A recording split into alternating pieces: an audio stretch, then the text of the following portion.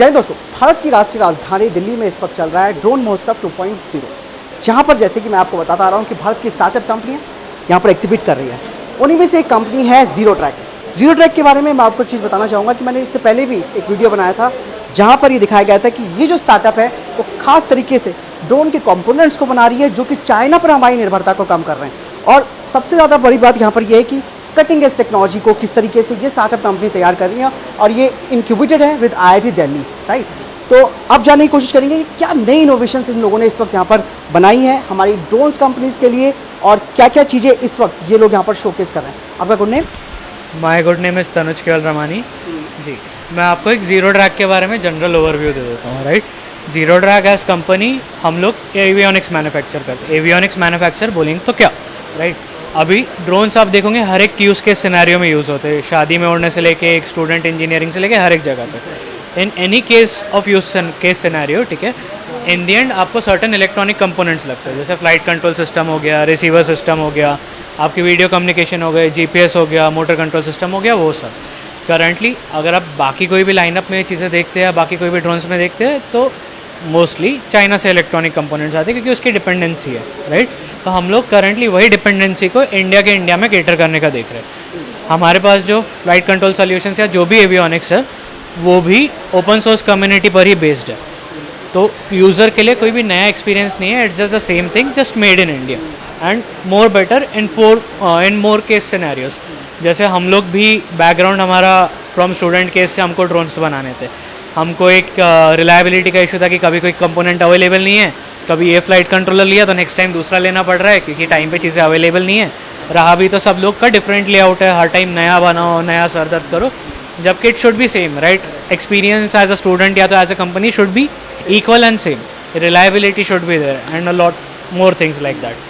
So like that we started our company. हमने जैसा आप लास्ट ईयर आए थे तो तब हमने रिसीवर्स एंड थोड़े बहुत प्रोडक्ट्स लॉन्च किए थे, LEDs जैसे। करंटली हमने flight controllers and stacks launch किए हुए and we have few more products coming up soon. तो फ्लाइट कंट्रोलर एंड स्टैक बोले तो क्या, basically flight controller is something जो आपकी स्टेबिलिटी ड्रोन की एंड बाकी चीज़ें मेंटेन करता है। एंड मोटर कंट्रोलर बोले तो जो मोटर्स को सिग्नल भेजते हैं कि अभी इतने स्पीड पे घूमना है जिससे वो ड्रोन स्टेबल रह सके। तो ये करंटली लाइनअप है हमने जो अभी करंट निकाला। एंड यही flight controllers and ESCs different type की रहती है। कोई ESC ज़्यादा करंट केपेबल रहती है, कोई कम करंट केपेबल रहती है। सेम विथ फ्लाइट कंट्रोलर, कोई फ्लाइट कंट्रोलर ऑटोनॉमस सपोर्टेड रहता है, कोई नहीं रहता है।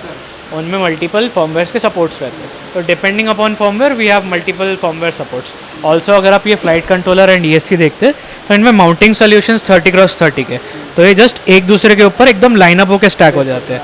तो अगर जैसे आप ये ड्रोन देखते हैं तो ये ड्रोन में वो प्रॉपर एक लाइन के ऊपर स्टैक हो जाता है, तो माउंटिंग के लिए भी ईजी है एंड बहुत कॉम्पैक्ट हो जाता है। तो easier for students as well, easier for manufacturers as well.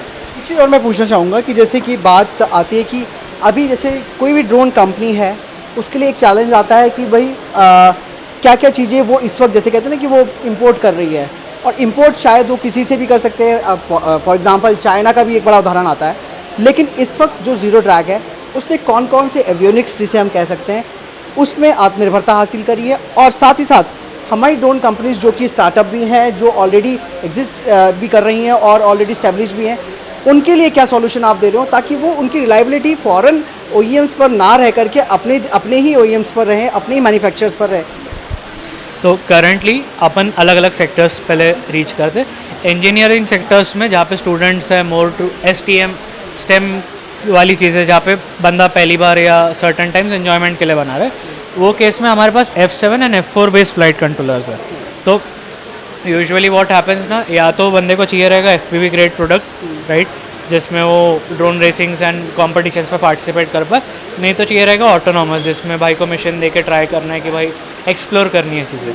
तो वी हैव पार्ट्स देयर, ठीक है। एंड ESC में भी we have 2 products, 55 amp ESC and 75 amp variant. अगर 75 बड़ा ड्रोन बनाना है एंड मोटर ज़्यादा कंज्यूम करती है तो गुड, एंड कम कंज्यूम करती है तो 55 एम्प वेरिएंट। अगर अपन इंडस्ट्री साइड ऑफ थिंग्स पे आते, क्योंकि इन दी एंड चाइना पे डिपेंडेंट था जैसे आपने बोला, एंड सबसे बड़ी बात आती है रिलायबिलिटी, क्योंकि व्हेन ड्रोन्स आर फ्लाइंग एक सेफ्टी कंसर्न भी रहता है, बाकी चीज़ें भी रहती है।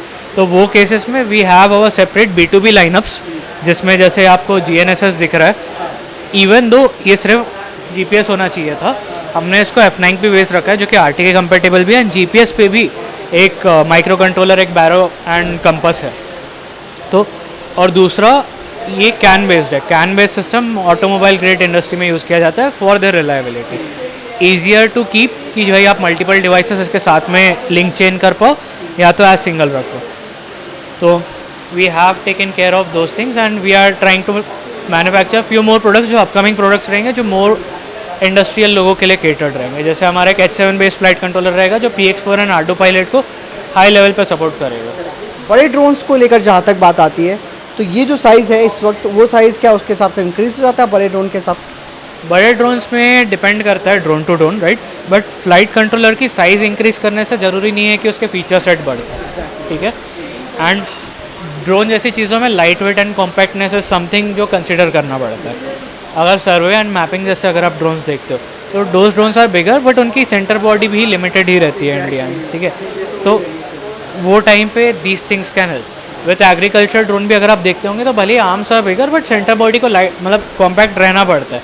And more bigger drone there is possibility कि आप बड़ा पेलोड लगाएंगे तो आपके पास बाकी चीज़ों के लिए और कॉम्पैक्टनेस नीडेड रहेगा। जी, अब बात आती है कि ठीक है, किसी कंपनी ने आपसे ड्रोन्स के ये पार्ट्स ले लिए, ठीक है, अब होता है कि भाई किसी को टाइप सर्टिफिकेशन की बात आती है, तो वहाँ पर अक्सर जो है कि जो मैन्युफैक्चरर्स हैं जो इस तरह की कंपोनेंट्स बना रहे हैं वो हाथ पीछे कर देते हैं कि भाई ठीक है, हमने आपको बेच दिया, उसके बाद हम आपको कोई सपोर्ट नहीं कर रहे। लेकिन अब ज़ीरो ड्रैग जो कि एक यंगस्टर्स की मेरे को स्टार्टअप लगती है, वो क्या ये सर्विस जिसे कहते हैं कि जो सर्टिफिकेशन वाली बात है, ठीक है, वो किस तरीके से आप लोग मैनेज कर रहे हो? क्या आप कोई सपोर्ट दोगे अपने प्रोडक्ट्स देने के बाद भी? तो करंटली टाइप सर्टिफिकेशन वाले B2B कस्टमर्स के लिए we try to keep it simple.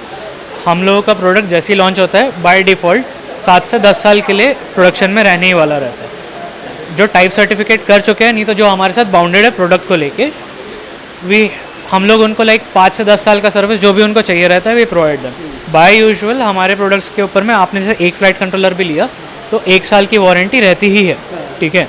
But अगर टाइप सर्टिफिकेशन की है वगैरह है and you have some reliability with us, we try to give as much as service as possible. हम लोग ट्राई करते हैं कि वो जो पार्ट है वो 5 से 10 साल एटलीस्ट प्रोडक्शन में आप लोगों के लिए अवेलेबल हो। जी, तो ज़ीरो ड्रैग ने दोस्तों देखा आपने ही कि किस तरीके से एवियोनिक्स को आत्मनिर्भर बनाने की कोशिश कर रही है और उसमें सफल भी हो गए। आने वाले टाइम पे वो कुछ और भी प्रोडक्ट लॉन्च करने वाले हैं जो कि हमारी ड्रोन इंडस्ट्रीज़ के लिए वाकई में एक क्रांतिकारी परिवर्तन भी लेकर आएंगे और चाइना जैसे देश पर डिपेंडेंसी को कम करेंगे। मैं तो चाइना का एग्जांपल इसलिए ले रहा हूँ, बाकी भी अमेरिका का भी अगर एग्जांपल ले तो क्यों हम उस पर इन कंपोनेंट्स की डिपेंडेंसी को बढ़ाकर रखें। अगर देश में वो कंपनियाँ हैं, वो स्टार्टअप्स हैं जो कि इस वक्त एवियोनिक्स को खुद अपने देश में बना सकते हैं, और ये एग्जांपल्स हैं उनके, जिस तरीके से उन्होंने अपने नए नए प्रोडक्ट्स यहाँ पर शोकेस किए हैं, ये इंडस्ट्रीज़ के लिए हैं जो ड्रोन इंडस्ट्रीज़ इस वक्त हमारे देश में हैं, और जो स्टार्टअप्स भी हैं जो ड्रोन इंडस्ट्री में आना चाहते हैं। यानी कि उन्होंने टाइप सर्टिफिकेशन को लेकर भी जो सबसे बड़ा प्रॉब्लम था उससे भी किस तरीके से सपोर्ट करना है वो उन्होंने बोल दिया।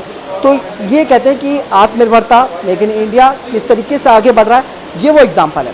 तो बहुत बहुत धन्यवाद, आपने बताया कि किस तरीके से ज़ीरो ड्रैग काम करता है। जी, थैंक यू।